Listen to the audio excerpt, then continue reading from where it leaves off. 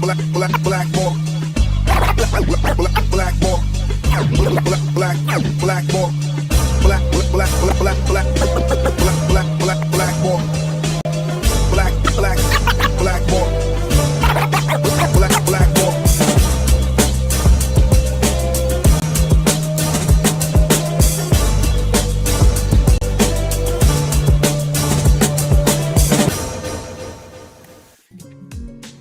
What is up, everybody? My name is James D. Fiore, and this is Blackballed. All right, everybody, you're going to see James in a good mood today. Do you remember Naja Caliber came in, and I've had a bunch of guests that have come in that I've been personal friends with. And there's a whole bunch of reasons why I enjoy that. One, it's nice to catch up. It's nice to see what everyone's doing. Two, I don't have to feel like I'm putting on a ultra polite front because this person knows me and they'll be like, all right, enough with the buttering up stage. Let's have a talk. So that's good. And the other thing is that I do a ton of prep work whenever I book a guest. This time I smoked a joint. I lie down on my couch and I'm like, all right, let's start in the year 2000 and work our way chronologically and figure out what all these stories are. And it was a blast. I spent like 45 minutes thinking of my guest today, and her name is Melissa Lauren. Melissa. Hello. How are you? I'm good. How are you? I'm doing well. Thank you. It's been a long time. I don't even remember the last time I saw you, to be honest with you. Like I wanted to go to your wedding when you had your wedding at the cafeteria at Toronto Island, whatever it was. Call it the cafeteria. It makes it sound so bad. No, I thought it was brilliant. Listen, I'm sorry I missed it, but I thought it was brilliant. I was just like, because I've always been like, why are we doing this to ourselves? Why are we spending 50 grand or whatever the fuck it is to just give a piece of jewelry to someone that you, not in your case, will be divorced from in the next 5 years, right? Like what? So you guys were like, in case we get divorced in the next 5 years. I worked divorce right into my vows. People were shocked by that, but yeah, I set the standard. Set the standard. No, my parents paid for it. They insisted on it. I never really saw myself having a wedding. It was perfect in that sense that it was like Emerson took the boat over, took me and bridesmaids over, just very casual. I mean, it was at the clubhouse. I guess you could call it a cafeteria, but it was. I just, no offense to cafeteria people, right? No. I don't know. I haven't been on his boat since, I don't think I've ever been on that boat sober. Yeah, it was fun going. Well, it's funny because the bridesmaids were all drinking, as you can imagine, the champagne. And I was trying my best to keep. Well, I didn't because I'm older and my tolerance is so low that I just didn't want to end up, but it was fun nonetheless. Yeah. Well, yeah, and your husband, I don't know if I met him because every time we go back more than 3 years, more than the pandemic now, I'm like, I don't know. I was 7. I have no idea. But I feel like I do. He's got one of those like personalities or faces or something that when I see him on camera or when I see him playing an instrument, the instant thought that goes into my head is, that guy seems just like really nice. Like a nice person, like not like me or like other people that we know that are fine people, but they're not nice, right? They're not like not nice, no. Yeah. Which I know nice people hate that, by the way. They can't stand that. It's true. And I'll tell you what's funny is a friend of ours a mutual friend, I don't know, not to get into the trenches already, but that I don't even know if you still are really in contact with, who we did that track with. Say the name. No one's going to know. Joey Borg. Oh, no. Joey decided that I aligned with the feminists and now he doesn't want me. Yeah. He said, there's something about it that makes me think of Jesus when he was describing Nathan, like, he seems like this happy jazz Jesus. And I get that vibe definitely, when you get to know him, you realize he's not that nice. Yeah, James, you had children. That nice shit went right out the window. Let me put it to you this way. I think he's a wonderful man, and he's my husband. But what's good about him is he holds people to a high regard and expects a lot. Oh, he's got integrity. That's the word for it. Yes, he's got integrity. There you go. Thank you. Wordsmith, Melissa Lauren, everybody. Can we please tell the funny part of the origin story of the name Melissa Lauren? Oh yeah. Okay. Well, so Melissa, hold on. Melissa, we're gonna need. Okay, go ahead. No. So my last name is Pizarowski. Yeah. Sorry. So no, I listen. It should be like this, anyways. But go ahead. No, please don't put it just on me. It makes me very uncomfortable with my howdy doody bangs that were cut too short. My last name is Pizarowski, Polish. And when I released I think my first, I don't know, back in like 2010, I got, or 20, whatever, had my first grant to do an album, and I was toying around with, well, no one's going to it was actually, I think it was James B actually that we were, that on the boat that we said we needed to think of another name for me. So people could find it a little bit easier. And my middle name is Lauren. So it's not that much of a departure. Like I'm like, oh, that makes perfect sense. It doesn't seem obnoxious. Like I'm not a name changey kind of person. So I went ahead, got the website, got a new domain, changed everything to Melissa Lauren. And this is 2009 maybe. And I remember getting a call from my mom. And because I said, I got this new website, guys, look at me with my website, and Melissa Lauren Music was the key, because MelissaLauren.com, my MelissaLaurenMusic.ca. Because all the other, when you didn't put Melissa Lauren Music, all you got was a Melissa Lauren playing the flute, right? Well, yeah, that's a nice way of putting it. My mom calls me, she says, oh my God, she's like, what, have you seen your website? We just put in MelissaLauren.com, and it turned out that, much to my father's horror, the Melissa Lauren is also a fairly, I think she's now graduated into directing. Well, that's good. A very famous French porn star. Right. The hardcore. Well, I mean, I don't think there's a. Yeah. Well, can we just for a moment? What is softcore? What is that? I don't even know what it is. Is that when you don't show the gratuitous part? Spectrum I really want to get into, but it was pretty hardcore stuff. And so you can only imagine that I was like, oh, there's no way this is not going to lead to a bunch of misunderstandings. And it was a delightful, I'd say, good 5 to 10 years of hilarious misunderstandings where at the time I was teaching privately, I had students and they'd, people, the mothers and fathers, can we find you online? I say, please make sure the music is in there. Music. The interesting fan letters. Oh shit, they wrote mucus. Mucus. Oh no. James. Oh, and so the fan I was getting weird. Like the funniest part was some of the YouTube comments on some of my older videos where you'd get these idiots that would actually write things like, oh, she looks so different than when I saw her in, blah, blah, blah, and the blah. I didn't know she could sing. Hey, I looked through the record. I looked nothing like the woman. And, she was beautiful. But it was hilarious. I was having people translate these French love letters. And I got to say, her fans were pretty devoted and pretty, for the most part, gentlemanly, the ones that I stumbled upon. And I'm hoping that, if anything, I made a couple of hardcore porn addicts into jazz fans. So. In fairness, people have heard her sing before, but it sounds like this. What? Just sorry. So much for showing this to my parents. Oh, I'm sorry. Shit. No, it's okay. It's not about this. It's not about you. It's about. You're gonna swear. It's all. Yeah. It's about that other lovely lady. It's funny also because I now live in what I think is the international Polish headquarters of the planet, which is like right beside Wilno. I live in like that area, and it's like the first Polish settlement ever in North America. Oh. Polish men are interesting. They are very proud people. More so than, I don't know that. I mean, I've never really noticed them to be more so than other Eastern European well. Well, I don't know if you've heard of this before. Okay, so I'm going to tell a quick Polish story because when I moved up here, I live in the Madawaska Valley. I live in a place called Killaloe, right beside Wilno. The area here is a weird patchwork. It's like draft dodgers from the Vietnam War that started a commune called Morning Glory. And then they have a bunch of artists, and then they have a bunch of libertarians get off my lawn. And then but there's all these little pockets, but it's all Polish people. Like I work at the public library. And if we had a database that was just for people with the SKI suffix, yes, it would be like 90% of our things. Like, It's crazy.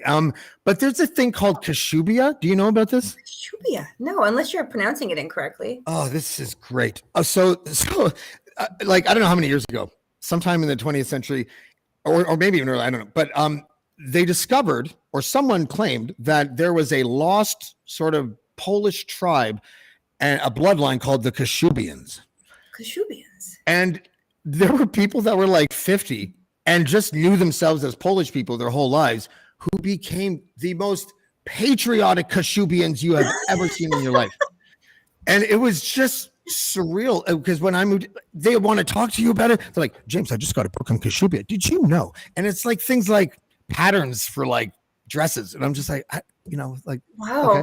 And he's like, and we've been oppressed for far too long. I'm like, really? Have you ever been oppressed, Gil, or whatever? Have you been oppressed before? Well, they didn't even talk about my heritage. I'm just like, come on. I feel like we would have taken that somewhere back in our days of fixation when we would I'm just picturing, I wish Laura was here, to be honest. Our dear friend Laura would have no like I was thinking, I was doing similar to what you were saying, and I was thinking back on our friendship and the length, and I was like, I feel like a lot of our hangs involved James not having shoes and us not knowing why. Or there's always some kind of like weird thing that just punctuated the event, like in some way or another, whether it was like a bleeding nose or we realized that you hadn't had shoes since the island and you were barefoot walking to the city, like just bizarre.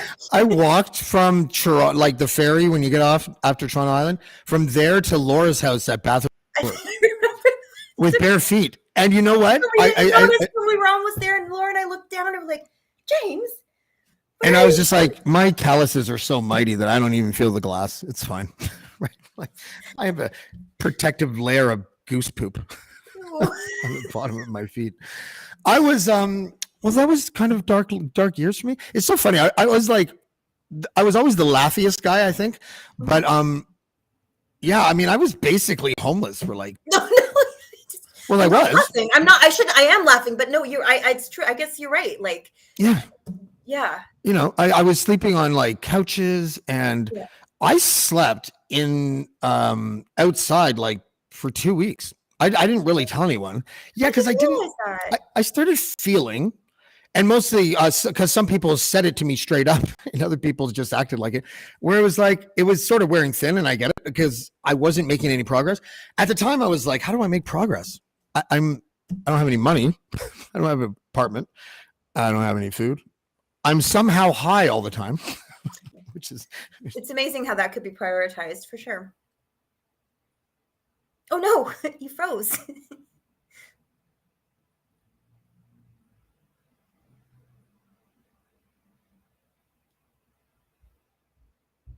Did I freeze? Should I sing the Christmas carol? The Christmas song?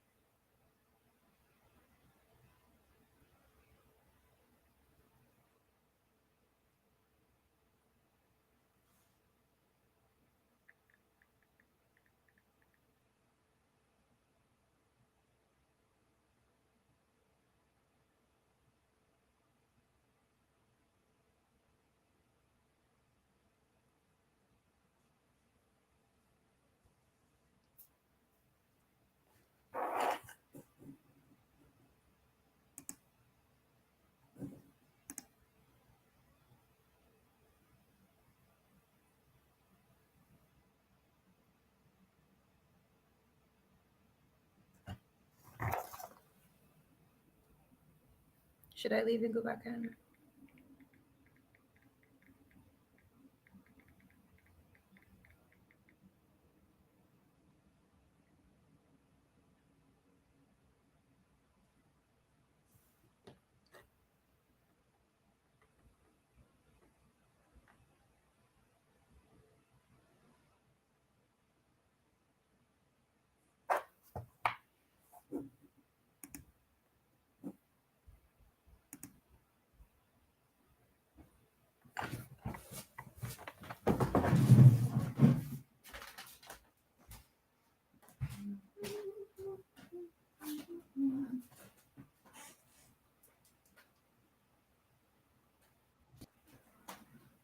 already live. Okay, that was interesting. Did you guys see the whole time? What? The whole time going fucking. No. Yeah, the stream said it was ending, then it was starting again, then it wasn't, and I don't know. I don't know if we have two podcasts floating around now, but I'll fix it later. Sorry It about looks like the time clock hasn't changed. Like it's still 50. It's been going the same. Okay, good. So it's probably just frozen for a while. That happens up here sometimes. I have Elon Musk internet, the Starlink thing, and it's actually the most reliable internet I've ever had. Really? Yeah, he's like, I don't know, he nailed it. Satellite internet. And it's so awesome because it comes with this app. I don't know if you've ever seen it, but it has this app and you face the camera up to the sky. And you make sure the screen is facing you and you put it up to the sky and it will show you where all of the Starlink satellites are and where you should put the dish so that it has a clear sight. It's amazing. Cool. Oh, it's so good. Yeah. I was paying $500. Oh, no.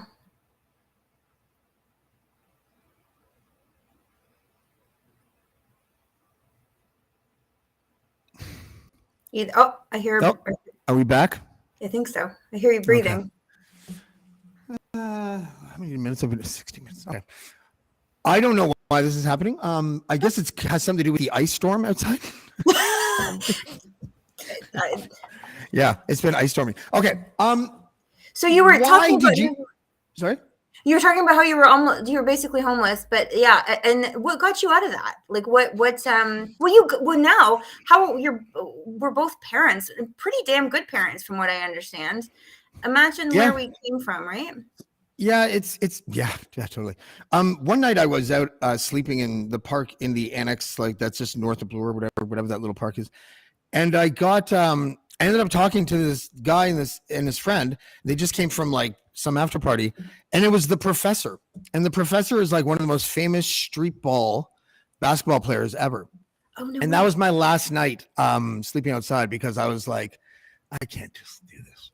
I got to do something. I thought you were going to say, and he took you in and made you his protege.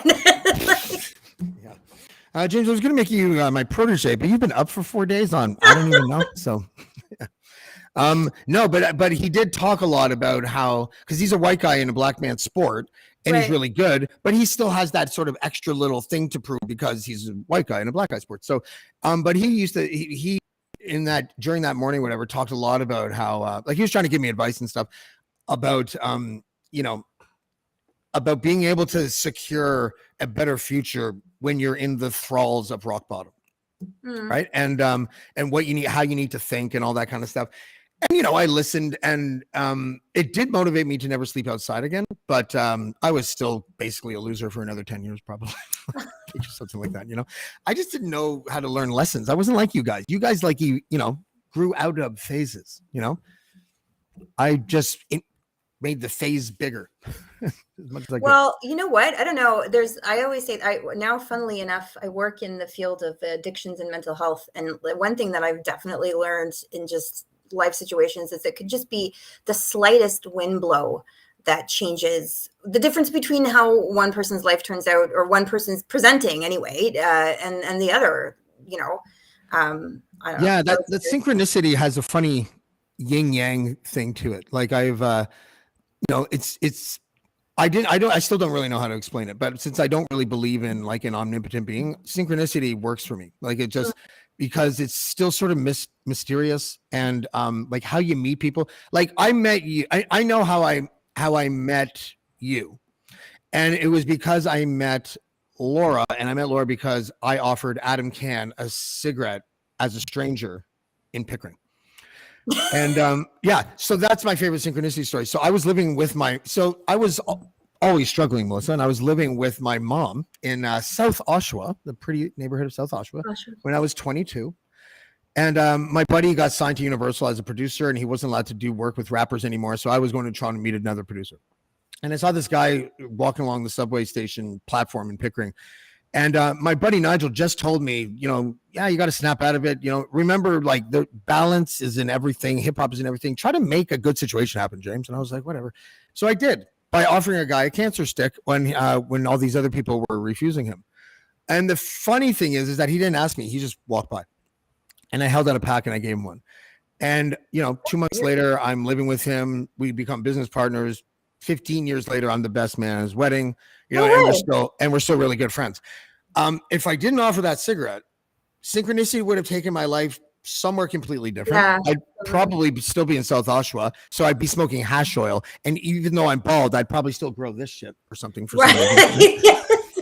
You know, and yeah, so I do appreciate that. Can you talk about your family roots? Is it okay that I tell people that you're adopted? I guess it's okay. Yeah, 'cause I just did. yeah, absolutely. What's interesting is that, yeah, like I'm very, very lucky because I have the most amazing, I've always had the most amazing supportive family that I couldn't have gone below much of nothing, any of our youth shenanigans could never have really taken me away. Like there's just no way. I have such wonderful parents and they're wonderful, wonderful people. But one thing I did find out recently when my husband bought, just because we've been curious, because like after I had my daughter, it was the first time I've ever, it was very, very, very intense for me because I realized I had never met something, she's human, that I was, it was just thinking about how out this could be if I like brought in like a large pickle in a blanket and like, this is my daughter, like, you know, like just, wow, she's insane. But my daughter, seeing something that was, you know, my blood was like so intense. It caused a whole bunch of crazy problems for my brain that still continue to this day. Like I have a very heightened fight or flight because I'm always thinking someone's going to take her away from me. I've found a way to really make it so that I'm, you know, she doesn't hopefully get that most of the time, but but Nathan had bought me a DNA test, one of those, you know, those things that are probably just trying to find information out but for government. But anyway, when I did it, future nanobot mining. Yeah, it's all such bullshit. But the one funny thing that I got from it was like, it showed up that I had a fairly large percentage of Italian in my roots. And I was like, what the heck is this? And then my mom, when I showed her, because we don't really talk about it much, it wasn't anything that I was curious about. I had wonderful parents. What I need to know about my roots.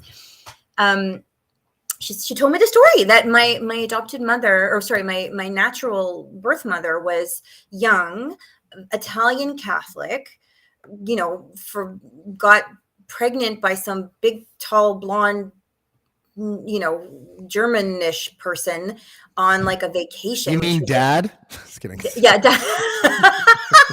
Like on vacation or something. And then her parents were they're all from the States. So this is a bit of synchronicity right here. All from the States, but at the time in Canada was the only government, her parents were very strict Catholic Italian, the only place where it was subsidized for a young mother basically to go into a nunnery and be kind of kept away and give birth to the baby, and then the baby was in Toronto. I don't remember the name of it, but Laura's like, oh, I feel like my dad used to work for it and whatever. So just by that weird thing, she landed in Toronto and had me, and then went back. And I don't think, from what I understand, the father never knew anything about it. And I found out that she had played guitar and sang. And that's about all the information that they knew. Which to me, I just assumed I was the product of a crack baby, like a crack, like that's what I just assumed, because you hear adoption and children's aid and you automatically assume. And your mother's name is Melissa Lauren. So isn't that interesting? So that was kind of interesting to kind of navigate, because the reason we looked into it too was for just health, you know, wanting to know what health things to be screened for and blah, blah, blah, blah, blah. But did you meet her? No, I have no more information than that. We don't. Oh, okay. Would you want to meet her? You know what's interesting? I haven't felt any. It's one of those things where I'll remember it maybe once, a couple times a year, when I get like one of those 23andMe things, the DNA. This is, you've got new DNA relatives, and they're all like third cousins somewhere, and I haven't dived into it. I just haven't felt the urge. It's very interesting. I haven't felt. You know, Melissa, we're paisan now. Just to let you know. I know. I say that, and I obnoxiously tell all my Italian friends that, and I like go out of my way to be really, really, really like I introduced, like, it was funny because another friend of mine I saw doing the same thing. There's lots of Italian drummers in the jazz industry, and you want to always introduce them with the you know. Yeah. Once you're Italian, you can walk around smacking people on their bums. No. Yeah, exactly. You get arrested in like a week. What? A paisani told me. Paisani is a sandwich? Oh my God. Yeah, what paisans say. Yeah. Okay.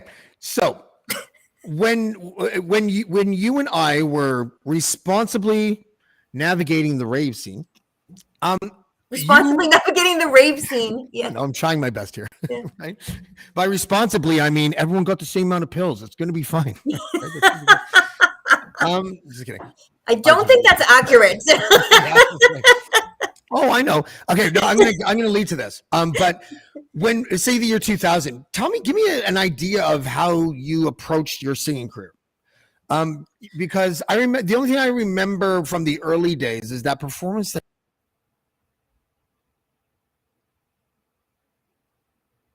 I think I lost your sound, but is that possible? Am I good now? Oh, there you are. Yeah. Okay. When you started your career, like I want to start in the year 2000 or something, because there was a time, I think it was 2004 or 5, when I was about to move to Saskatchewan, and you did this performance at a club and just east of Yonge. I can't remember which one it was, Harlem maybe.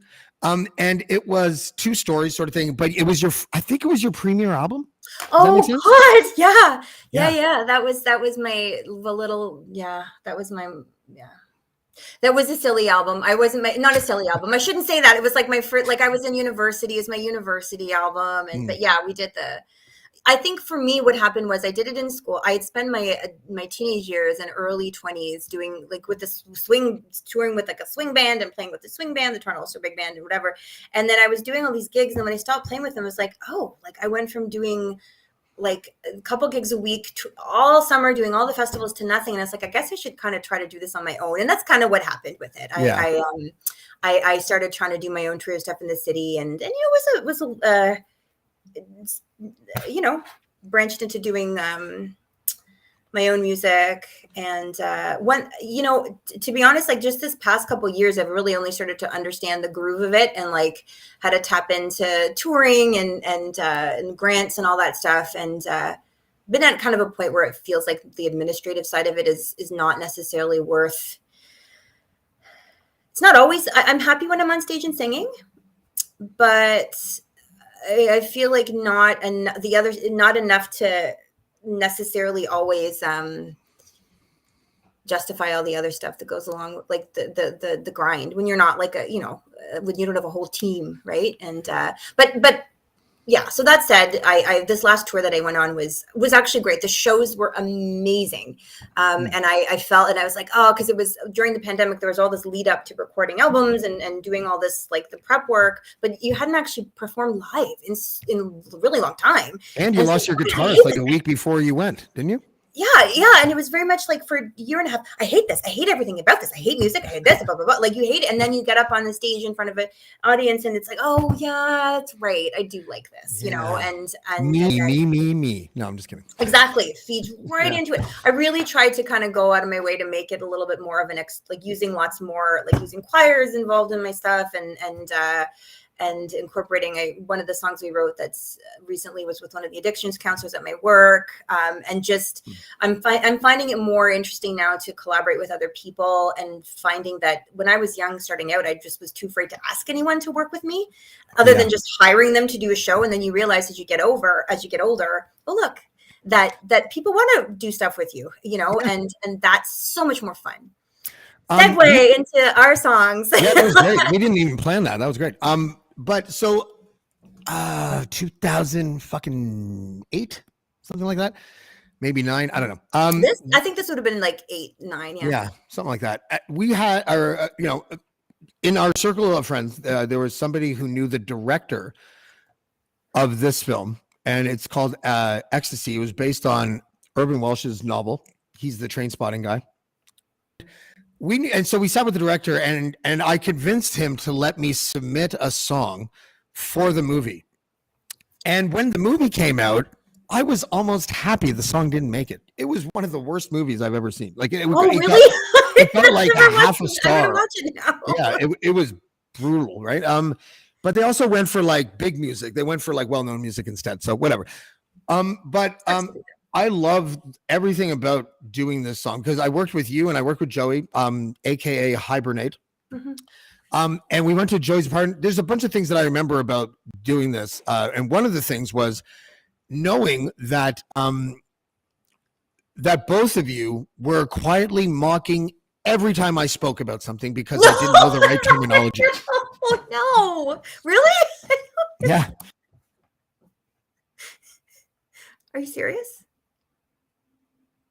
And sorry.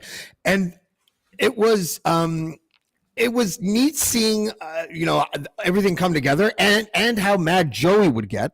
Are you sure that I feel like I remember this experience, and I'll let, sorry, I don't want to interrupt you. Well, it was probably more like Joey.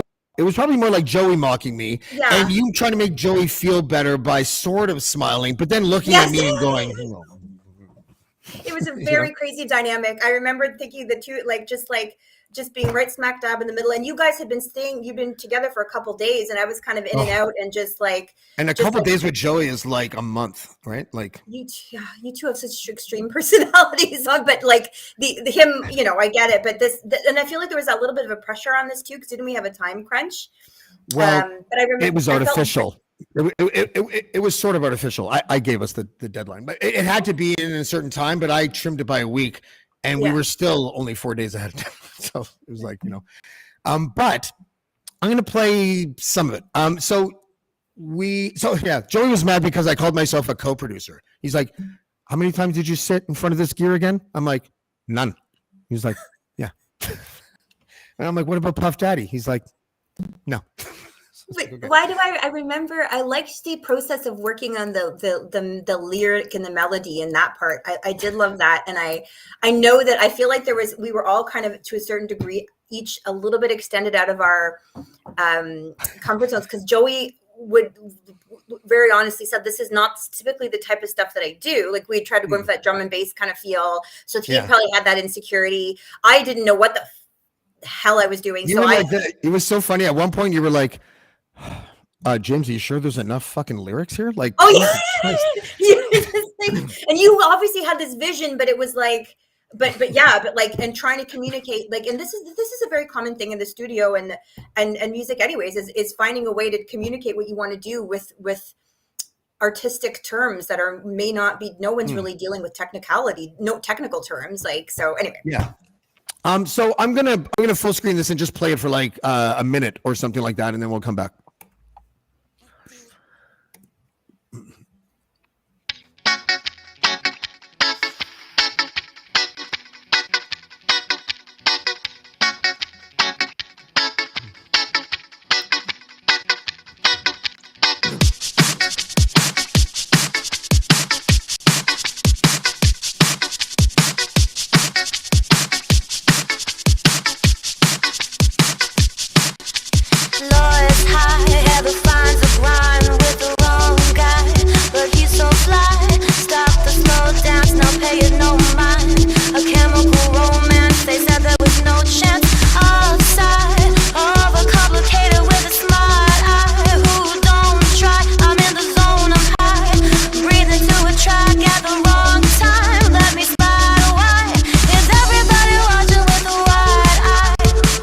Me trip and come try, hypnotize the rhyme, lie, multiply, acid fantasy, sabbatical, why, my insides bleed,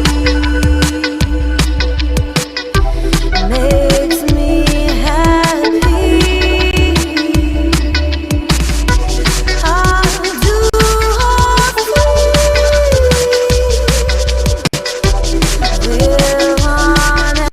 Okay, just 1 second, just before my little rap verse comes in. Joey opens up a drawer at his desk and is like, "Oh, that ecstasy pill," and I just went, "Oh." I remember that. And he was like, "What the fuck?" And I'm like, "Let's go to the recording booth in like 45 minutes." So that's. I remember that. I remember thinking, and then I think because Joey never did that stuff really much anyway, and I remember that probably was part of what his like. He's like, nah. But no, not like, but like fair, and just like, and that's. I think that was the moment where I had to really. Yeah. Well, I'll do all three, and then I love that. I'm on empty. I forgot about that. I'm still cringing at the "Watch Me Trip." But- Yeah, and that I was yeah. not I don't exactly. like that line either. I don't know why we kept that in. Oh That's God, my it was fault. so forced. That's my Anyway. fault. Okay. I'll just play the verse, and I actually think my verse is a little cheesy, but I spent more time writing your lyrics, and I like took the subway to my friend Shane's house, and I'm like, can you play reggae guitar for like 8 riffs? He's like, yeah. He did it. Brought it to Joey, and that's what I feel gives me the producer credit. I had to get on the subway, Joey. Fuck. Anyways, okay, here. Oh, and we waited until I was right peaked. Okay. It's best to me, best to be trapped inside the eye of a blackened sea. Happily come back for me.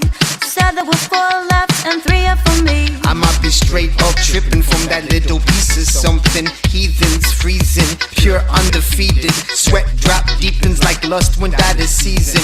Pleasing the hard times gone with no reasons. I'm an E-head rushing up until I am bleeding. Believing the DJ build up to something. Serotonin rushing, function not sticking and tricking your brain into Queen Street thinking's ecstasy.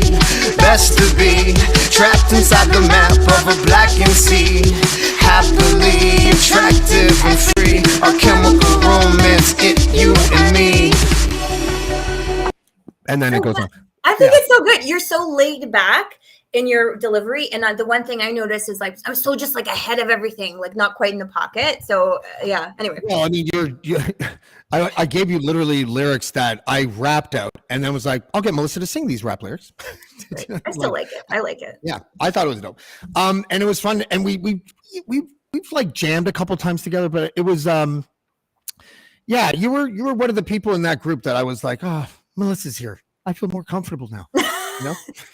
I'm not the only one laughing and laughing and laughing and saying I'm sorry and laughing. I know. It was very fancy people that we hung out with. Melissa is no, they weren't. Melissa was well, I mean, sort of, but not really. They weren't at the after party, but maybe before then. But Melissa, sorry, I've distracted myself into not remembering what I was saying. Melissa is the most quintessential Canadian ever. And the stereotype of, I'm sorry, is like you. Like, I was surprised you didn't find out your adopted mom was like a Father of Confederation's wife. Yeah, the sorries.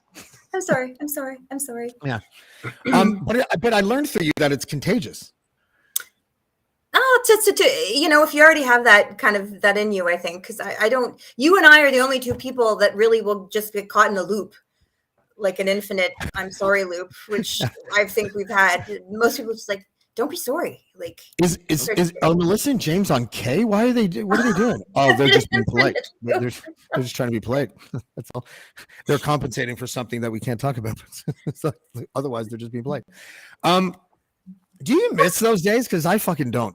No, I don't. It makes me sick to my stomach sometimes to think about them. It's funny when I had one moment when I was with my daughter Leah on New Year's Eve. We were home listening to the ball drop in a bunch of different places, just because my husband had a gig and whatnot. And I was listening to this music that was kind of like party music. Like, I don't even know how to describe the different types of house music. That's how much I'm not in the thing. And no, I never liked that. I always like the more kind of stuff with a bit of a groove. But who used to say that? One of our crew members used to say they used to have an argument. I think it was with, I can't remember who it was with, but one person was like pro trance and the other one was pro house. And once the pro house guy was like, you can't fuck to trance, people were like, oh, that's kind of true. I mean, we've all done it, but it's kind of true. Do you know what I mean? Like, it was house music got the crown for as we started to get older, because it was more, sexy and sophisticated. Well, yeah, and I didn't like I liked kind of more grimy stuff, but I was funny because I had a moment where I was like, oh, this reminds me of New Year's Eve in Montreal in like 2007, and like the club and and the everything and the other things and the just the euphoria and for like a split second I was like, that was fun, but then I was like, no.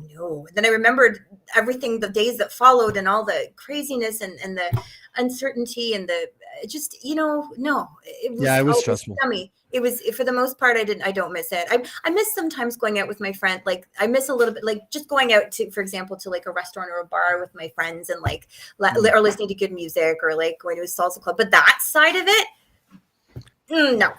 I'm glad we had those experiences for sure. That was What is the first of all, I know this sounds crazy. I just have to interrupt you right here because my daughter just arrived home. I'm gonna just cool. before we go into any yeah. Oh, so anyways, we were studying the classics. Hold on 1 second. Let me just go ahead. 1 second. I'll be right. Right. Melissa has a very, very adorable little girl. And I think is following in her footsteps. This filler content is brought to you by Melissa's daughter who just came home. And Melissa is doing the proper motherly thing and saying hello to her daughter who just came home, who, by the way, is your twin. I know. She's very sweet. Wait, hold on. Are you the daughter? Because I've noticed that kids do actually age like soap opera kids. It's not just something that happens in soap operas. They age really quickly. Like my son is like 30. I swear. Your kids look like you too, though. Your daughter is so cute. I don't usually say that to people, like, because I just, obviously you think your kid is cute, but your daughter, Jesus Christ, she's very, very cute. I know. You said that to me once years ago. You were like, I don't want you to ever repeat what I'm saying as a mother, but I feel like our kids are tied for being cute, and I don't understand. It's gorgeous. Some of those, yeah. And I think my response was tied, right? But that I noticed that I have a like I joke with people that when my daughter was born, I went from being half Italian to 481% Italian. Yeah, right? I think I know I smell what you're stepping in here. Yeah, and there is something about daddies and daughters that is like both magical and kind of annoying because like, I know if I give in, it's not going to be that great for her development. But Jesus, look at her. I know. Really helpless. Yeah, but little girls and little boys. I have one of each, and I've talked to other people with little girls. That I literally call my friend. I'm like, hey, Mike. I don't know how to really word this, but has your daughter ever seemed? And he's like, fucking crazy, and I'm like, yes, right. So it's like, yeah, all the time, dude. Like little girls go through this phase where, and I think it's unique with a lot of them of how it manifests, but it's just like, oh, I realized I'm cute. Oh, I can work it to my advantage. Oh, add a tantrum and we're in business. Like, I don't know that it's funny because I get it. Because unfortunately, Leah got a lot of my personality traits as well. And my father laughs often because he says, like, just the way when she gets grumpy, when she's stubbornness, there's certain things that he just laughs. He goes, oh my gosh, I thought this day, he's sitting back having a martini and a cigar saying, oh, well, good luck in a couple of years, but I understand when she's grumpy. I get it. I could predict certain things. I could predict certain, like to the point where I almost feel like I'm managing her like she's Diana Ross and I'm her like her team or something, which is almost like, this is going to upset her. I know this is going to upset her. And like Nathan will be so confused. He's like, why is she upset? What's going on? And like, what? Listen, I'm far too nice to know how to deal with this shit. I don't know what's going on. Yeah, you have to just be a little bit crazy yourself. Like I just get her. I get what's going on in her mind. I could read it from a mile away. And you know what? This is not fair to say because I'm sure as years go on, that's not going to always be the case. And I'm probably overgeneralizing and simplifying a little bit, but I could just tell, ooh, yeah, no, that looks means that's going to be a problem. And there's this kind of balance between tiptoeing around them. You don't want to do that, but you selfishly don't want to have to deal with bringing them down if they have a tantrum. So there's. Yeah. Can I make a suggestion, offer some unsolicited parenting advice for something I did with my daughter? So she would get mad at kids at school or like at Casper, her brother. So I'm like, Lizzie, we need a kill list. So every time we put a name on the kill list, Daddy will take care of it. And then I started thinking through and I'm like, maybe it's not a good idea. So what I did was I utilized the kill list as a tool of forgiveness. I made all this shit up. I have no idea if I'm doing damage or not, but we developed the kill list. I thought that was cute. And then the next day I was like, maybe we can forgive Brantley your classmate and take him off the kill. I was ready to kill Bramley. I don't give a fuck, right? He's not my kid. So, but I was like, maybe we should forgive him. So now she does it so that she can forgive him. So That's not a bad idea. I mean, Yeah. maybe you could possibly replace the word kill with something a little less extreme, but like maybe the torture team or something. torture till they can't. Yeah, no. Are you going to peel the skin off, Daddy? Are you? Yes, I am. Make you somersaults in vinegar.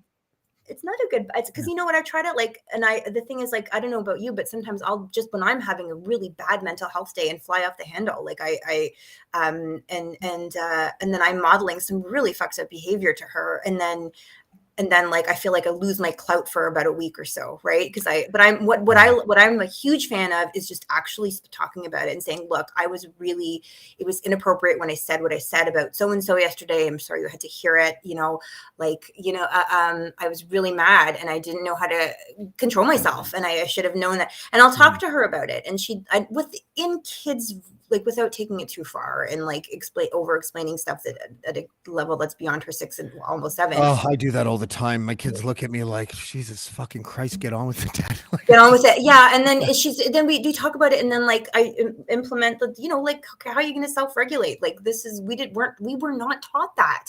We weren't taught to just go sit and find just squish it. We weren't taught that. I was taught how to use the dial on the TV. That was the biggest lesson I learned for the first 10 years of my life. Yeah. And it's certainly not and even just our generation, like in school, like they're doing these intense, like, I mean, I think there's a little bit of that. Yeah. Okay. They're getting their hand held a little bit too much, but they're one thing that I always find when I'm in a state of fight or flight, and at the point where I'm just like you might as well be attacking me with a machete, even though it's something, but really it's because, it's something so small. It's usually, I lost my train of thought. Is it like the last item on the pile of bad things, sort of thing? People would not acknowledge it. Like we don't validate it, the experience. We just, it's going to be fine. You're fine. It's going to be, blah, blah, blah. And don't worry about it. Whereas I think bottle it down. It'll be fine. Yeah. You got to just say that that does suck. And like working with people that are in crisis now all the time, like there's such a simple thing. Listen to them, scream for a little bit. Tell them, that would fucking suck. I'm not feeling what you're feeling right now, but I could see that you're feeling like you're being attacked, and I think that we should do that with our kids too, and one time I did lose my temper a little bit, like, because I was telling someone the other day, there's no religion in our house. In fact, I've already created the master blueprint to create atheists, which is I'm doing. So people are like, shouldn't you give them the choice? And I'm like, no, I don't think I should. When they're 18, they're allowed to think of religion. Right. Yeah. That's just me. But it's worked out well, actually. When my son is like, he told his grandmother the other day, he's like, Granny, you do know that Jimi Hendrix taught Jesus how to play guitar, right? Because he saw it on The Simpsons. So that makes me feel good. And also, and this, I think I created this. If someone else did, it's a coincidence. But you know how, like, whatever you are, and you find out about the tooth fairy and the fucking Santa Claus and all that kind of shit, just throw Jesus into the mix.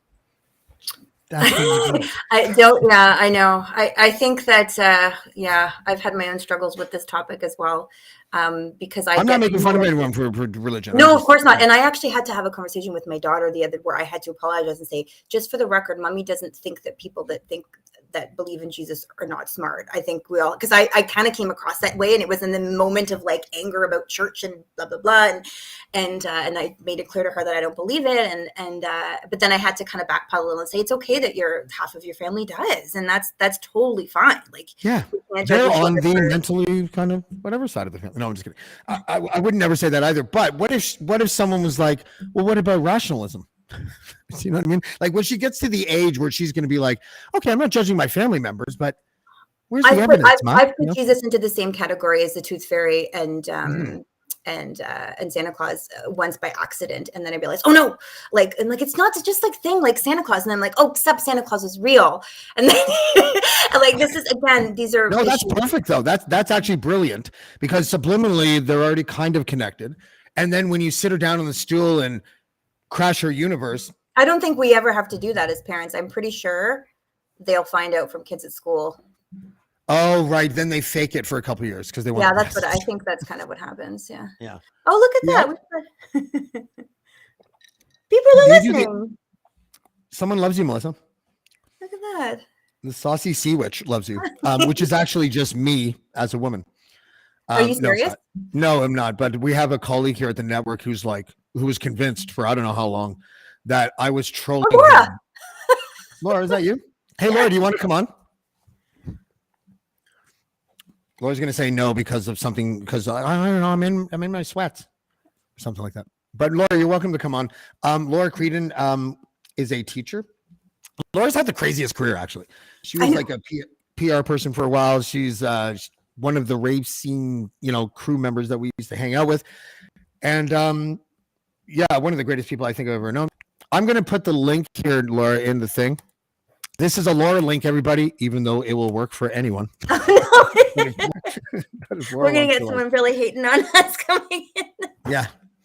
But what I was going to say earlier before is that we're the first generation, basically, who, if we raise our kids as non-believers, have zero leverage in the land of motivating children to fear their parents.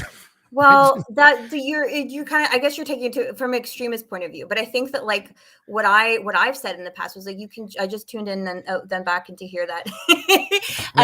I would say like, what we would do, like, we want to still, what I've said in the past is just so with it's certain people believe in certain things to help instill, to remind them to behave well in the world and treat other people with respect. And that's kind of where I've left it at. Like people believe in a variety of different things to remind them of a set of rules that you're not, I always make sure that I say, you're not going to, like the whole Santa thing with the naughty or nicest. I always make a point of saying there is no naughty or nice. You can be bad. People are quote unquote do wrong things, and that's okay. And we try to treat other people with respect. And I make sure I say that as well. And the world is so fucked up that when you're my age, naughty becomes the good thing and nice becomes the boring thing, right? Like that's in the same.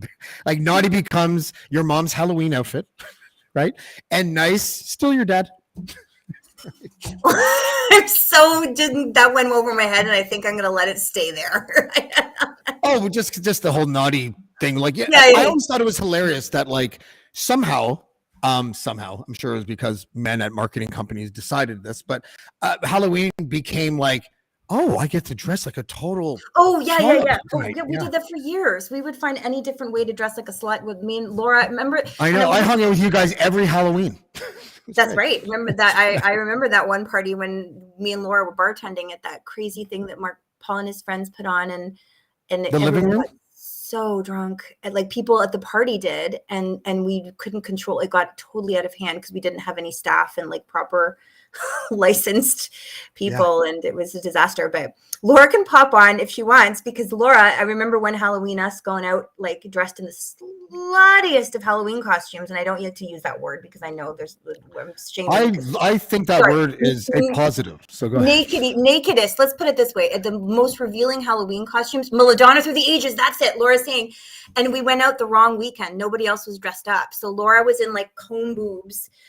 We were out in the streets of Toronto and at a club dressed as Madonna through the ages, but like the naked versions, and nobody else was dressed up. And it was just, that was really, that is awkward, isn't it? You guys are like, I think the hired help is here. Well, if we weren't the partiers we probably should have just gone home, but I think we made it work somehow. We had a really kind of interesting crew. Like we had there was all these talented people. All these, there was actually quite a large contingent of rich kids who had talent that didn't bother doing anything with it because they're rich.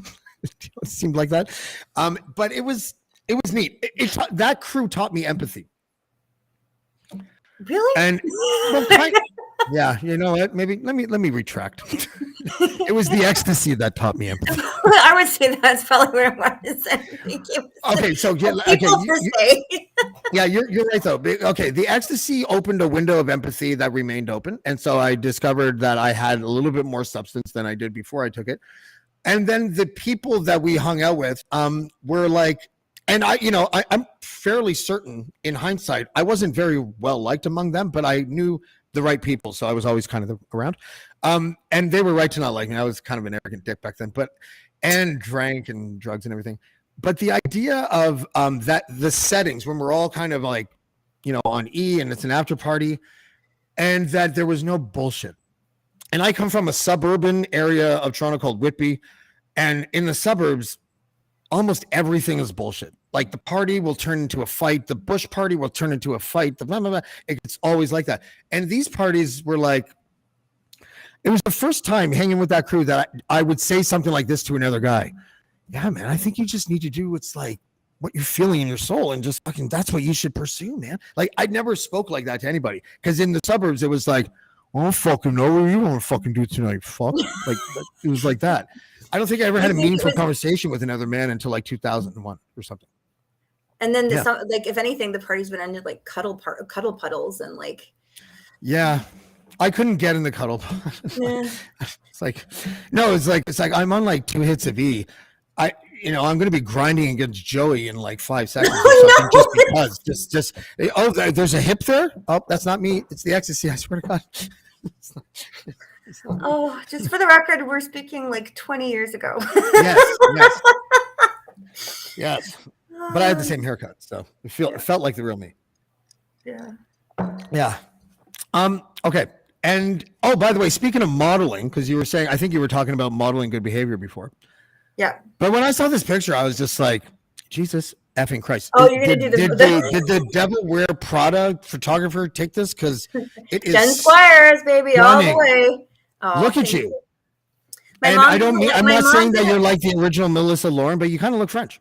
My mom didn't like it because she thought my boobs looked lopsided, and I refused. I said, no, I am not getting it touched. Like, no, this is okay. Right. She's right. Just a little bit. The one on the left, our left, is down like about 1/2 inch or something. Yeah, thank you I'm glad I drew attention to that as well. I said, you know what? People's boobs are lopsided. You know what? That's the way it is. Screw it.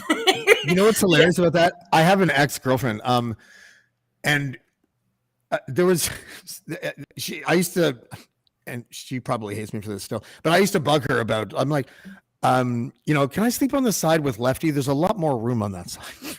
That kind of thing. Because she had one that seemed like a C and the other one was like a B. And I used to, and then we were passing by something and there was graffiti and it was like a little U and a big U. And I was like, see? She was like, fuck you. Like, and then I got her a present once. You know those things that women slip in their bras that feel like silicone? Yeah. They look like chicken breasts. I bought her one for Christmas. And that wasn't just because you were too cheap. It was no, it's because I was taking the snot out of the joke that I knew she hated because that's the kind of guy I was back then. Right? I love it. And we opened the whole thing with talking about it. Some people are nice, but we're not those people. No, we were not. We were decidedly not nice to the people that weren't really part of our crew. I think, and to be honest, there was and now I'm extending the pool as to not arouse suspicion of who I'm talking to, and because I'm not really specifically talking about anyone. But there ended up being a lot of infighting with a lot of people, and then it just kind of became, the scene was over, and the scene was really the glue that held everyone together. I think, like the Cherry Beach parties and stuff like that. Like, they still have. I'm glad during all that time that I had a different kind of like other side crews, and I had my music. No wonder I like the comments about how it didn't work.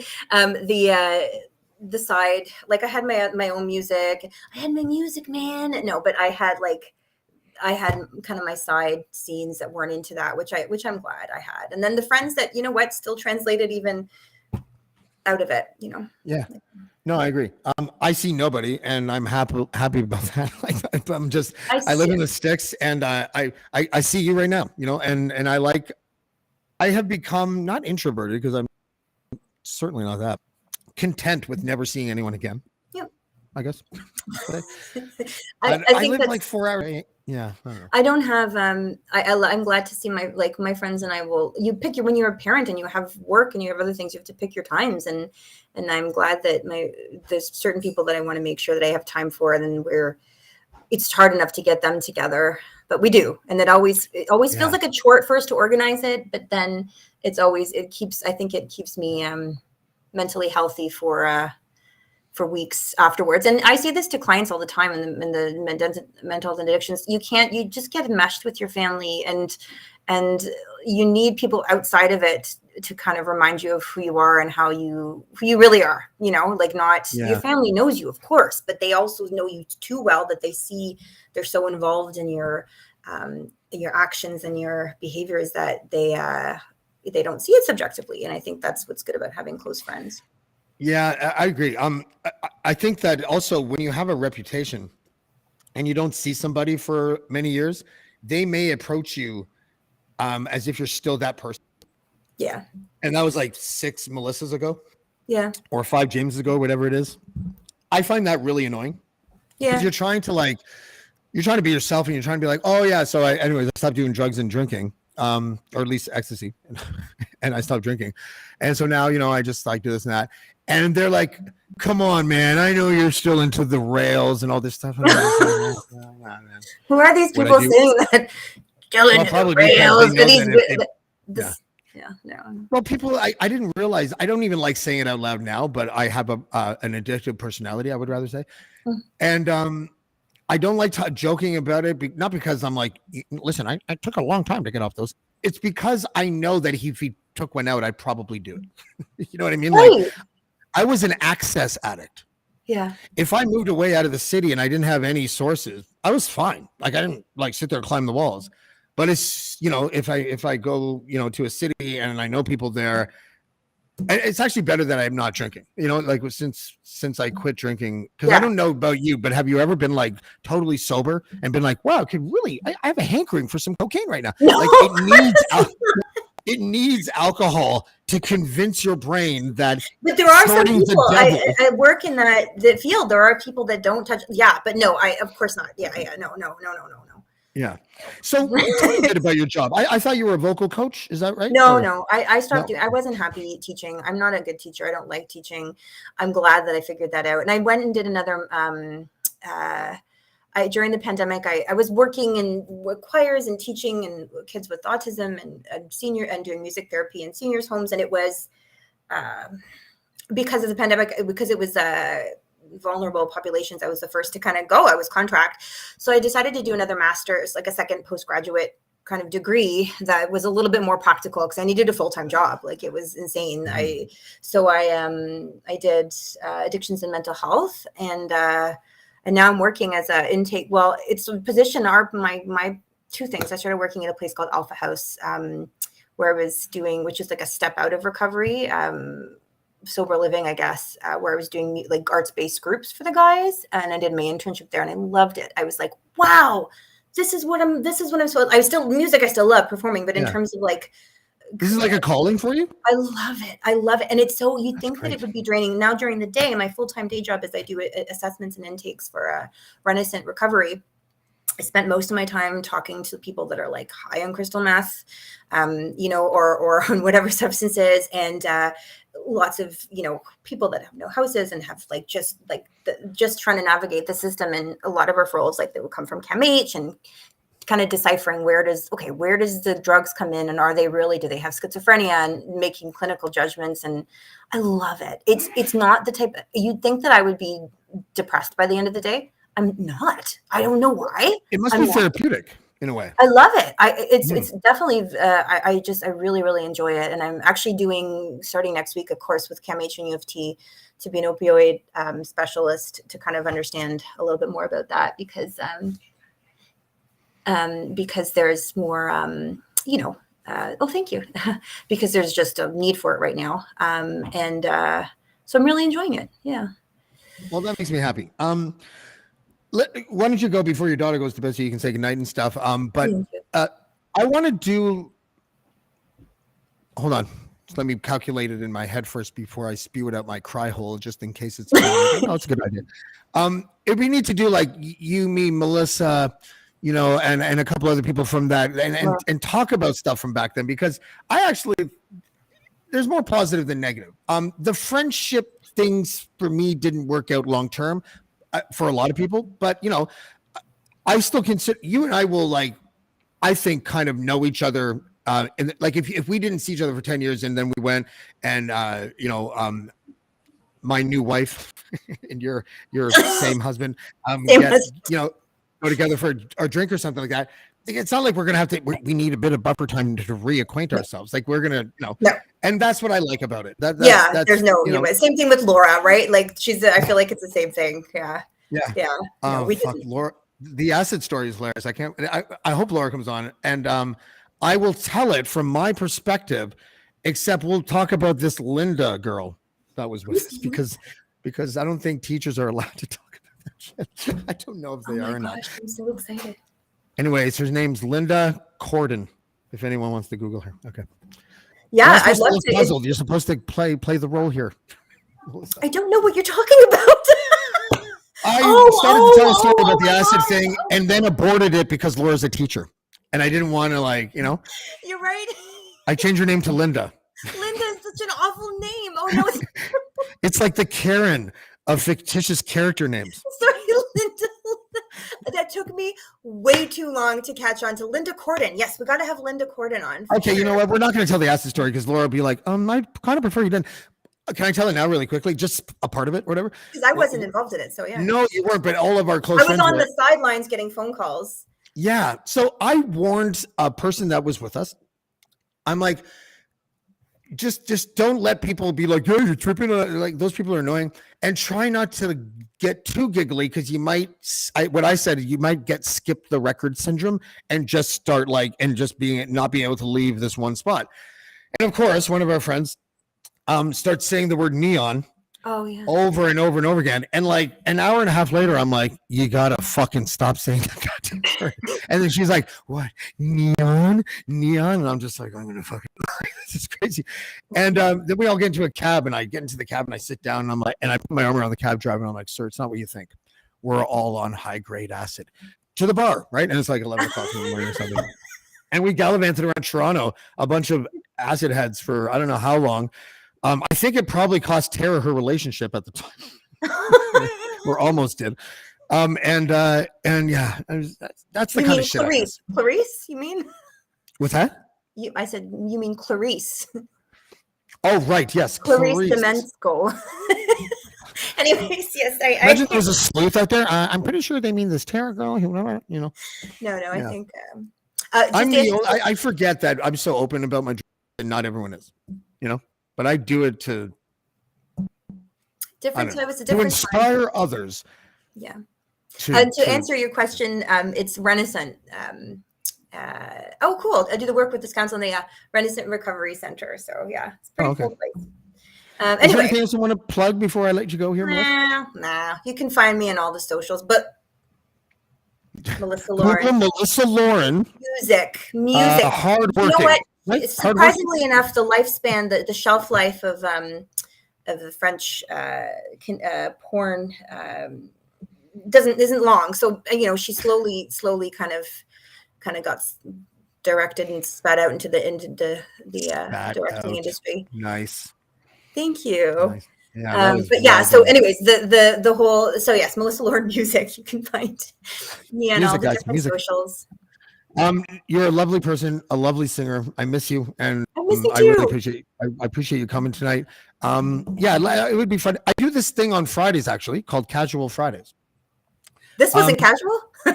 No, this was because I know you, and I love these shows because I don't have to rack my brain and figure out what Stan is doing 20 years ago. Because I know what Stan was doing 20 years ago. But Casual Fridays is my social gathering night. So if you guys are ever free on a Friday at the same time, I'll put you on. I'll kick off the regulars that just get drunk and get loud and cut off my jokes right at the punchline. I fucking hate that. Your jokes are so good, though. Oh my God, we have to talk about next time the Peter Jackson jokes. We didn't even dive into Peter Jackson. Do you have time or do you not have time? You don't have time. I should go, but yeah. This is reason for follow-up. Just to give a synopsis, we created a character as to what we were all too cheap to smoke cigarettes that were expensive, so we all smoked Peter Jackson cigarettes. And the first joke, you remember the inaugural joke? No. Was Peter Jackson smokes Peter Jackson.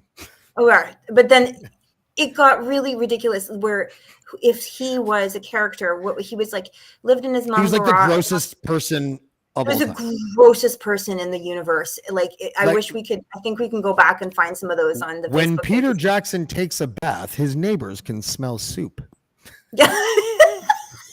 Or wait, Peter Jackson's masturbation stock is now a ski boot. What? Oh shit! What? I can't do that one. Oh, sorry. A ski boot. Okay. I gotta go before this gets too ridiculous. Okay. You should have opened with this shit. You know. No. Anyway. Why'd you shush me? Is someone there? Like, is your husband like? No, my I don't- daughter's upstairs now. Yeah. Oh Jesus fucking Christ! That's okay. Good. Just pretend that Nathan. I'll Okay. go, but it was so nice. Sorry. I'm sorry. That's all right. That's all right. Okay. Bye, Melissa. Bye. Okay. I'm sorry. Oh, that was awesome. Straight up, Melissa's like one of the best people I know. She's super funny and she's very real. And you guys should check out her music. Melissa Lauren music. That's what you Google. If you Google Melissa Lauren and you find yourself on Pornhub, you've Googled the incorrect Melissa Lauren. Melissa Lauren is a wonderful mom and a jazz singer. And yeah, she is, she's a great woman. Tomorrow, oh my God, tomorrow's Friday. Tomorrow's Casual Friday. That's it. I'm going to get really stoned.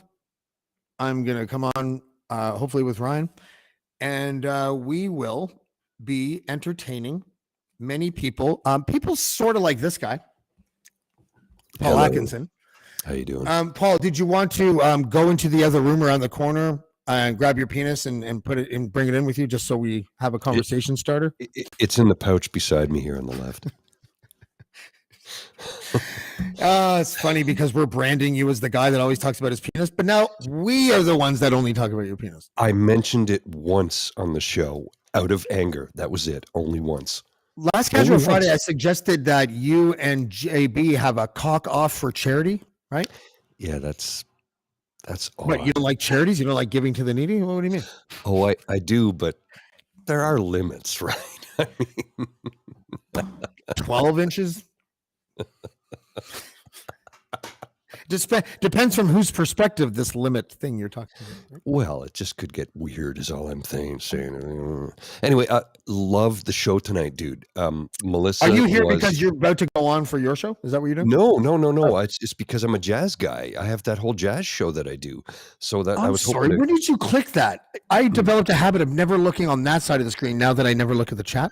It's okay. No, I have a jazz show that I do. I have a whole jazz podcast that I do. It's Songs and Stories, the jazz supplemental jazz edition. I think I'm up to volume 75 will be the next show. So I'm working on it right now, trying to get the show together. But I would love to have Melissa as like the first interview guest because most of the music that I play on the show is just strictly instrumental jazz. So she'll be the first vocalist, and the girl's got the pipes. She's got the chops.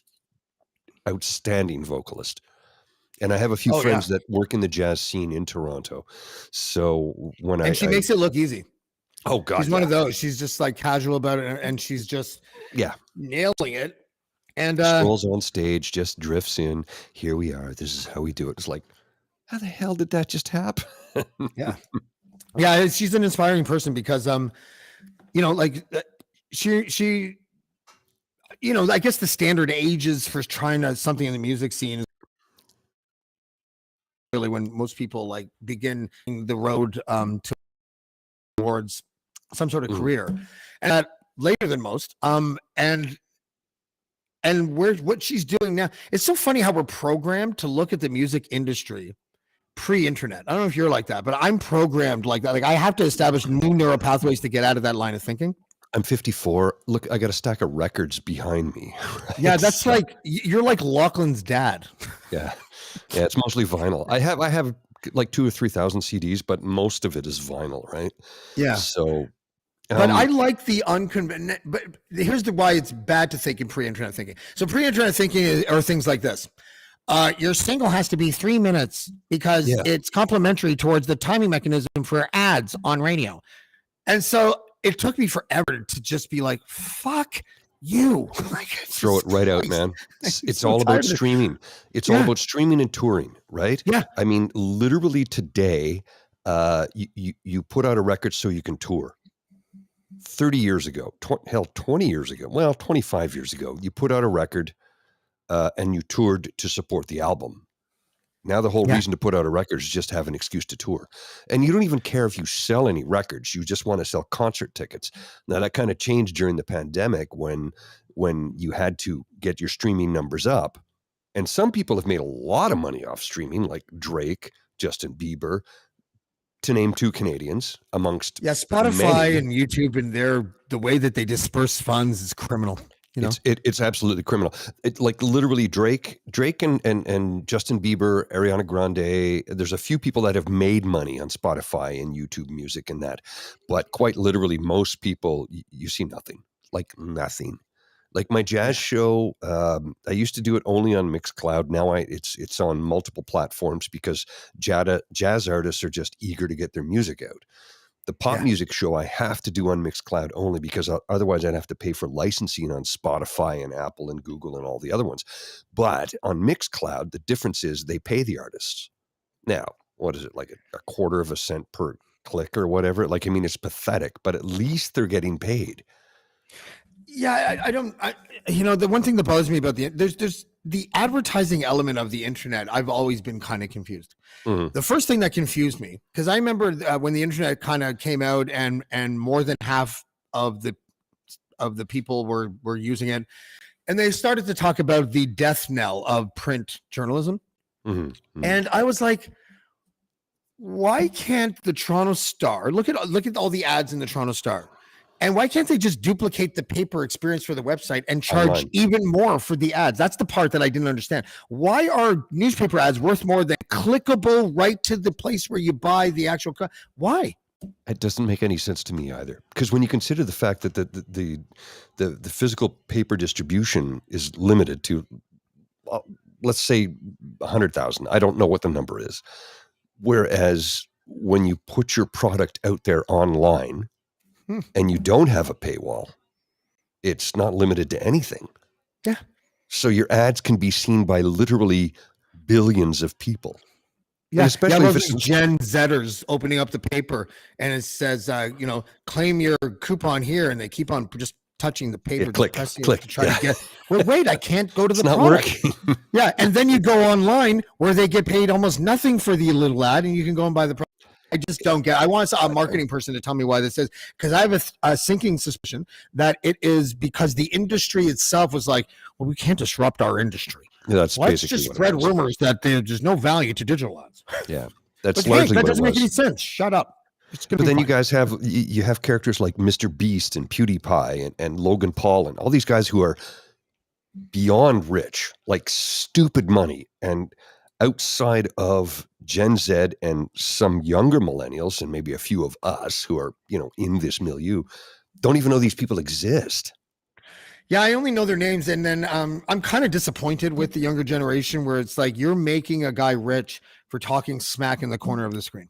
Like, and literally, and by the way, you're making a guy rich talking smack on the corner of the screen of a video game show that you're watching him play.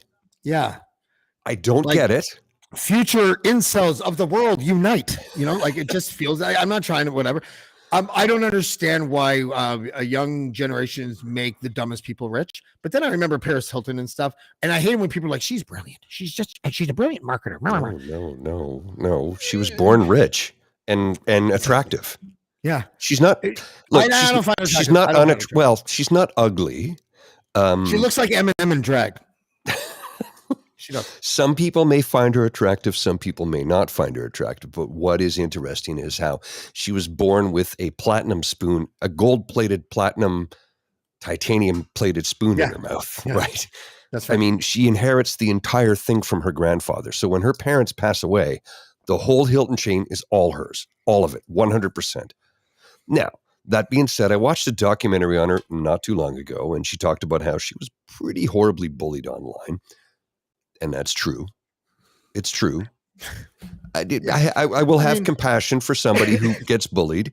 I mean, even though, you can just go retire Over to deliberately releasing the sex tape in order to further her career. That's the bullying part. Okay. Well, I mean, there was also look, what was his name? What was the rapper who first slept with Kim Kardashian? Thank you, Ray J. Yeah. And there's a scene, a Photoshop of him standing there pointing like this. And they photoshopped the whole family going up the stairs. And he goes, all these motherfuckers are rich because of me and my penis. And it's true. It's true. It's not Ray J. It's his penis. That could have belonged to anybody. And it was just like... well, that's what it is, though. It's like the sex tape he made with Kim K made that whole family famous. And she didn't want to release it. It was her mother who insisted she do it. So it's like... Not only that... disgusting. The rumor is actually, Paul, that... Kim originally gave the sex tape to her mom, and her mom was like, "Do it over. It's not good enough." Are you serious? I am seriously recanting a story that was told to me. Do I know that happened? I don't know, but it's the Kardashians. I don't know anything. It wouldn't surprise me. It wouldn't. I wouldn't be surprised if Kanye West died like 2 years ago, and we've been looking at a hologram the whole time that's been malfunctioning. Like seriously. well, that would make sense. I mean, look. The guy's a genius musician and a brilliant lyricist, but he has severe mental health issues. And I think they got worse after his mom died and after he got married to Kim K. That was it. It was the mom dying thing. He wouldn't have married Kim Kardashian if his mom was still alive. Are you kidding? Agreed. His mom would have been like, don't you fucking get involved with that. Don't do that. And really, like, Kanye West he is a good musician. He's not one of my favorite rappers. He was a brilliant producer. Brilliant. Like before he picked up the mic. And then he has what I consider one of the most amazing debut hip hop albums ever in the College Dropout, right? Like it was just super kind of refined for an artist that was putting out his first album. So and My Beautiful Dark Twisted Fantasy is one of the greatest rap records ever. It's genius. It was a piece of art. Yeah. It really is. I mean, I've listened to it back to front, I don't know how many times, and I've seen him in concert twice, and I'm like, the guy puts on a show. Yeah. He's crazy. So I can't ever go and see the guy play again because he's out of his mind. And it's I can see him again because he's not Bill Cosby. You know what I mean? Like he's true. Yeah. Like he listen, especially when it comes to the sometimes what people mean isn't the ancient trope against Israelis. Like it's not always that. Sometimes it's like if I said that, hey, a lot of Italians happen to own online gambling. I don't know if that's true, but if it was, no one's going to be like, how dare you, right? It's just like, so certain groups, I think because they took shit for so long, now are absolved of taking the kind of shit that everyone else takes, right? Because the assumption is made that your motivation is anti-Semitism. Yeah. I think Kanye's motivation is similar to, I talked to DJ Kenny Parker, who's KRS-One's brother, who was also in Boogie Down Productions. KRS-One and I was talking about how hilariously tribalistic New York is. I'm like, you guys are fucking New Yorkers. And yet it's like Brooklyn and Bronx and Long Island and Staten Island. And he's like, bro, they might as well be different countries. No kidding. Bensonhurst. Yeah. Like you're 2 kilometers away. Yeah. Whenever someone says represent, I remember a Missy Me line from when she was on 88.1 one Saturday in the early 90s. And she's like, I think people got to remember that you don't represent, you just rent. Yeah. That's right. I love Missy Me. She was here last summer and I didn't get a chance to see her. And I regret that because I have been a fan of hers since Raga Death. The first time I heard that, I'm like, what the hell was that? Yeah. Oh, I know. I mean, she was the first person to ever try and do that and succeeded at it. Yeah, it was interesting because it was right on the heels of a project that was similar in that it juxtaposed certain artists with a certain type of music that don't normally associate, which was Living Color. Remember that? Yes. And I've seen them live twice and they're amazing. The only thing I think they did wrong is that they like the glam rock look already expired. Like they were a little too frizzy and stuff. But freakishly good musicians. Oh, I have my a funny God. Missy Me story. I I had a girlfriend at the time, and we were doing this stupid thing where we get to put a couple celebrities on our. If we have the chance to sleep with this celebrity, then you'll give me the green light. And I chose Missy Me because I calculated that I lived in Toronto. I had a better chance of running into Missy Me. Otherwise, I would have put Salma Hayek, and that was it. And then we ran into Missy Me like a year later, and it was one of those confusing moments because I didn't know her personally, but I said hi to her like I did know her personally. Hi, So I'm like, I literally went like this, hey, Mish. And she walks up to me and she's like, hey, you, and like all that. And my girlfriend was standing behind Missy Me, and I'm just like, right? Listen, I don't make the rules. You know what I mean? And it turns out, this might surprise people, that if you ever run into the celebrity that you or your wife is allowed to have sex with because of that agreement, chances are you're not going to let them do it. No, yeah. Right? I would, for the stories at the future dinner parties, I would totally let my wife do it. But I know. Ree's comment, did you laminate the cards? I thought you were talking about something else. Yes, we believe in safety during sex. Of course we laminated it. Jesus. Oh, right, the card. Yeah. The cards. Did you laminate the cards, though? Oh, my God. What a great future for like a dystopian future or like, the Fifth Element kind of world. Yeah. Self-wrapping condoms. And it almost works like in the same way that like a laminator works. I work with a laminator at the library. I made all the vaccine passports and stuff. It would have to be a different type of device, one that looked more like a fleshlight or something. And it would just... and doesn't heat up to like 300 degrees. Listen, I have an Italian penis. I'm sorry if your sensitive fucking Irish penis can't handle it, but like, whatever it is. It is. It's just Irish, English. There's Irish, English, Scottish, French, and I think Nigerian. I'm not sure about that. I haven't gotten the full. Because we were part of the Underground Railroad. My family was part of the Underground Railroad in Southern Ontario. I'm sorry. I thought see. No, I was being serious. I was being serious. It was a penis joke. I thought you were like, no. I might be part Nigerian. No. It's like being serious about that. Yeah, we're part of the Underground Railroad. Could be Nigerian. I don't know, but some sort of there's definitely I definitely have some African blood in me. From what part of the nation, the continent, I'm not 100% sure. And it's one of those ones where I could go and get the test, right?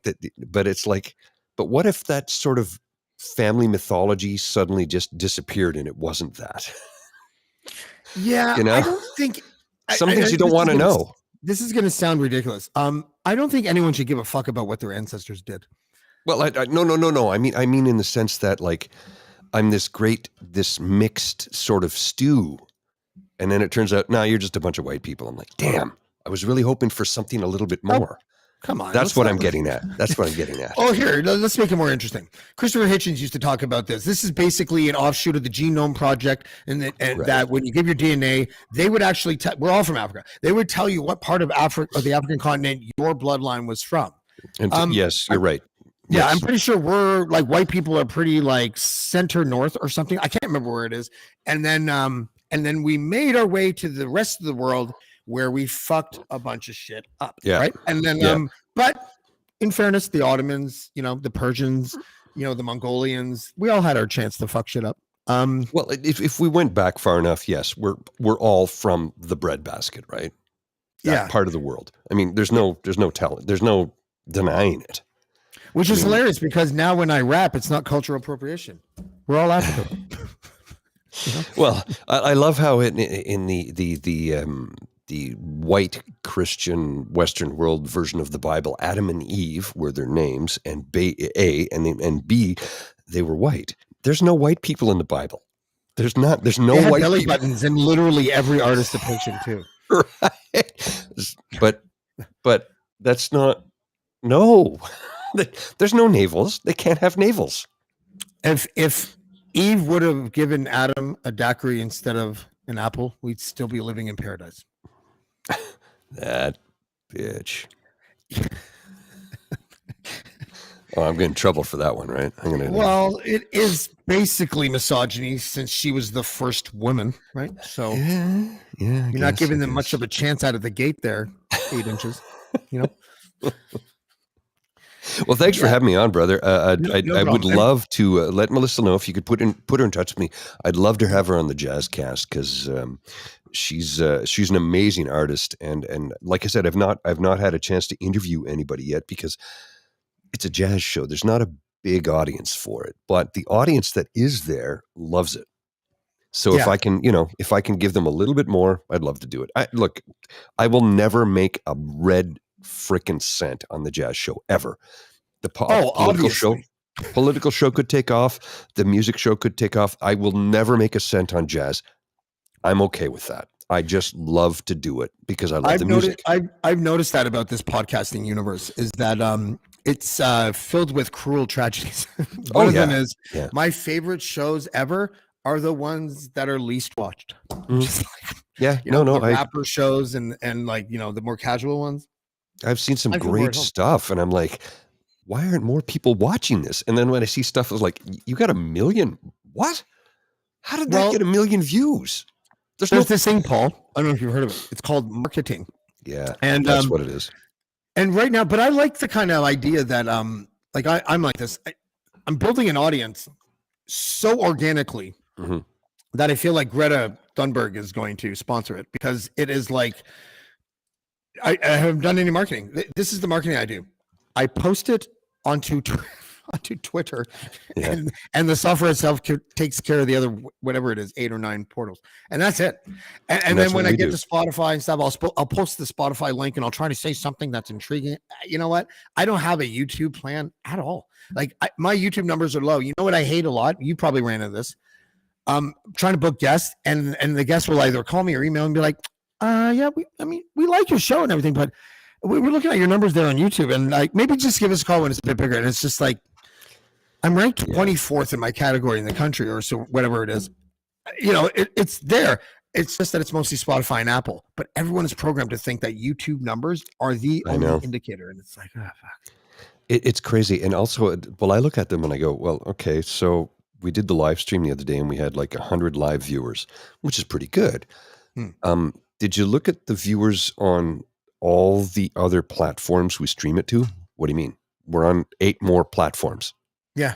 What? Yeah, that's right. Oh, and then there's an audio version of it only that goes on to all the audio platforms. Really? Yeah. So the average morning show that we do is about 1,500 viewers of like literally the YouTube, and then we get about 300, 400, 500. I don't know the numbers for the audio the day of when we release it. So it's like it's not it's payola. To get on the rankings, you need a paid chartable account, and if you have that, wow, what a coincidence! My ranking has gone up. It's and crazy. It's like it's a pain in the ass. Listen, I'm gonna let you go because I know you got stuff to do, and so do I.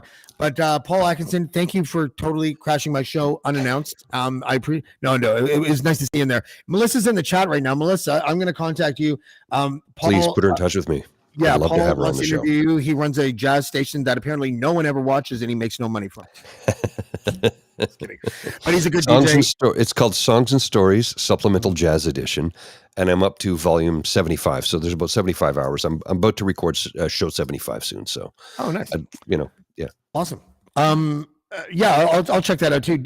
There's a whole bunch of artists that I want to interview from that world actually, because the rappers, no offense, rappers, you guys are a little unreliable.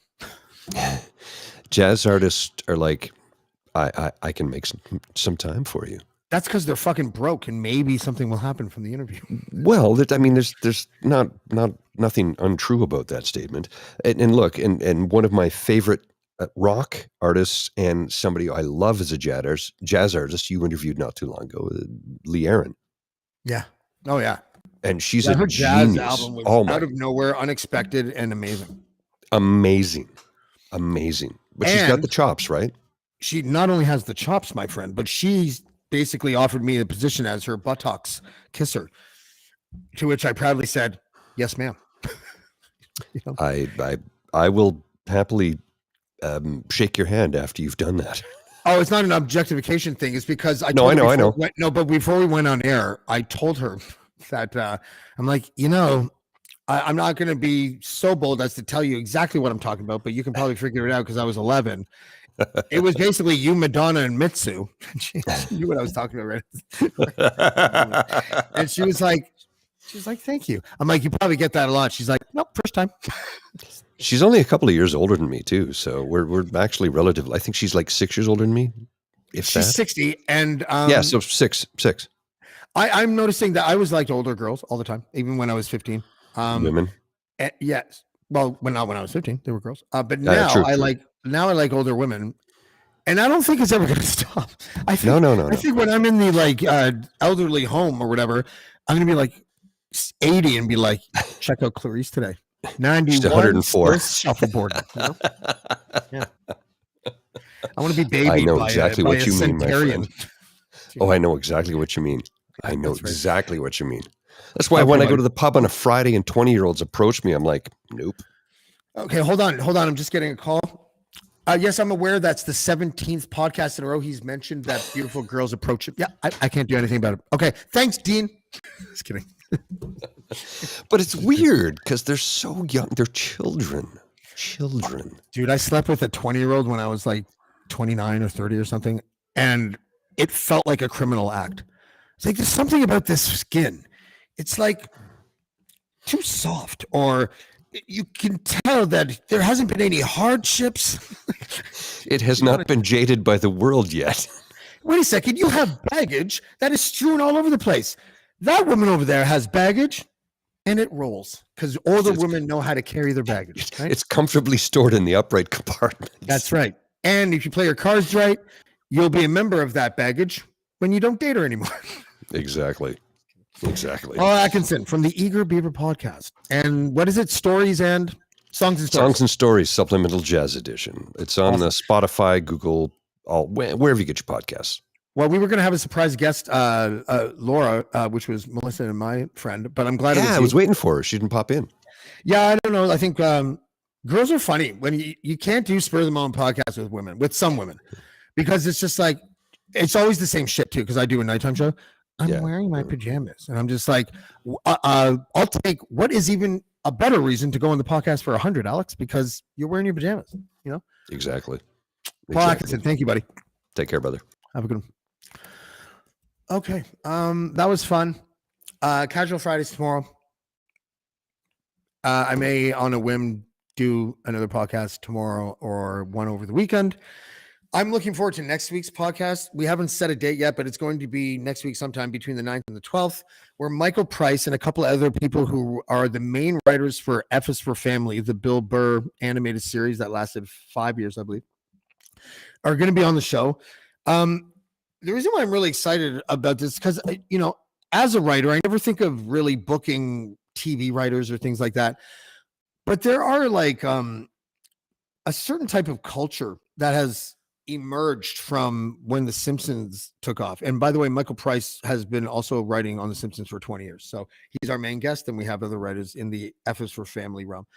But the culture of writers that write specifically for animation, but shows like The Simpsons, South Park, Family Guy, King of the Hill, that kind of stuff. I mean, they're like a fraternity in a good sense. Because, and this is, I'll leave you with this because this is what I'm going to open with. I want Michael I want to ask him if he really fully understands the impact of something like The Simpsons had on not just pop culture, but on young people's personalities in general. And, I know it exists, and I just because I've seen it. I have witnessed it where I lived, where I grew up in Whitby, and there's still people that speak. There are people. So I mentioned this on the last podcast, so I won't get into it too much. But there are people who will recite full lines from TV shows, and I think don't even realize that they're quoting a TV show because it's so embedded in our lexicon. Anyways, I'm looking forward to that because. As a writer, I will just include them in my network of people to beg for jobs from. No, I would never do that. And there is like a 6% chance that Bill Burr will be on the show, but I'm not holding my breath on Bill Burr. It would be great to talk to him. But in any event, we will see you tomorrow night on Casual Fridays. or next time you happen to be watching Blackballed. Thanks, everyone. Blackballed. Blackballed. Blackballed. Blackballed.